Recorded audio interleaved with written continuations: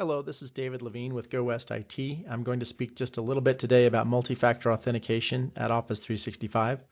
This is intended for Go West IT team members, customers, and prospective customers. It's important that we talk with everyone we can about multi-factor authentication for Office 365. Multi-factor authentication is just what it sounds like, two forms of authentication, and if used together, they can provide a significant enhancement over security around your Office 365 account. First, it's something that you know, such as a username and password, and second, it's something you have. Historically, the have part would have been a physical token or a key fob that would give you a randomly generated code to enter in. More often today, that code is sent to a mobile device via an application, text message, or even voice. Protecting your account with MFA is important because it's easy to get access to usernames and passwords today. That happens most often through phishing attacks, or if you use the same credentials and you visit multiple sites, one of the sites you might have visited and used your credentials for might subsequently be breached, and then those credentials are controlled by criminals, and then they can use them to try and access other resources, such as your Office 365 account. That second form of authentication, in the form of a token, is something that the criminals can't get their hands on, and therefore your account is much better protected. You should consider using MFA for all kinds of services where sensitive data resides. That would include VPN access, Dropbox, G Suite, and any SaaS applications. Most people are familiar with using Outlook to access Office 365 hosted email. In the case of Outlook, you may not want to enter your MFA code every time you access the account, so we can generate a one-time app password, put that into Outlook, and then you won't be prompted for the MFA token every time you open Outlook. Using a browser to access Office 365 is one of the big convenience features, and that's where MFA typically comes into play, and that's where you want to protect your account. To access through a browser, you open a browser, go to the login page, typically put in your username, which is your email address, and then a password, and then you're in. If you have multi-factor authentication configured, you're going to be prompted for another form of authentication. I have mine set up to send a request to my application running on my iPhone, and then I have the option to approve or deny the request. This is a very simple way to use multi-factor authentication. There's other methods. You can prompt and send your token to a text message or have Microsoft call you back. You have to enter in the last couple digits of the cell phone number that was provided when you configured MFA. Once you have the code, you can enter it in and access your account. These are some screenshots of the application that I use, which is Microsoft Authenticator. It prompts me and tells me someone's trying to access my account. I can approve or deny. If I approve, it takes me right in through my laptop when I'm working on the laptop, or I can open up the account and get the 6-digit code and enter that in.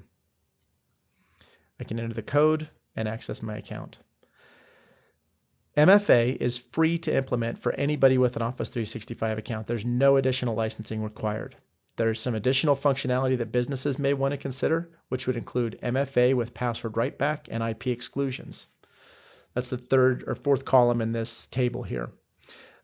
To implement MFA with password write-back, you need Azure Information Protection, AIP licenses, and Azure Active Directory Premium licenses.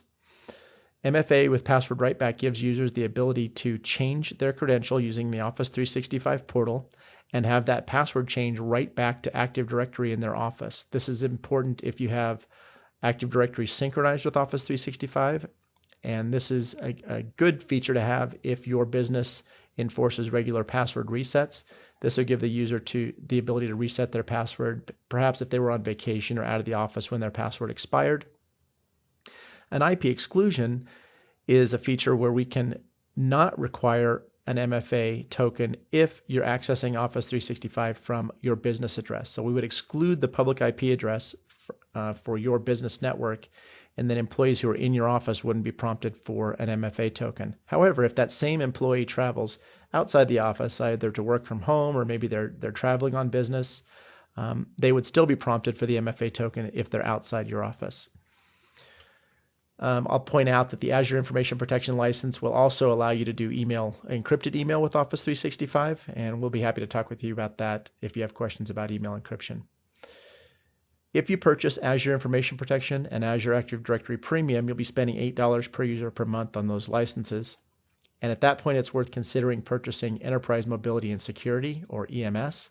It includes AIP, AADP, and Microsoft Intune, which is a mobile device management platform, and a Windows Client Access License, or CAL. Any business that has a server on premise needs a CAL for each user, and this is a very economical way to get a CAL for each user. If you'd like to implement MFA and you're a Go West IT customer, just open a support request and we'll be happy to take care of that for you. If you're a prospective customer, just give us a call and we'll be happy to have a courtesy consultation to talk about your needs. Some additional considerations around Office 365 security. You may want to synchronize Active Directory with your Office 365 credentials. This gives users just one username and password to remember. Also makes it easier for you to shut off access at one place if an employee should leave or be asked to leave. You may want to consider some email phishing and testing services to harden your employees against phishing attacks. You always want to consider Office 365 backups, global enforcement of Office 365 security controls, disabling forwarding from your Office 365 tenant to thwart an attack where someone might access your account and then set up a rule to forward your email to a third party.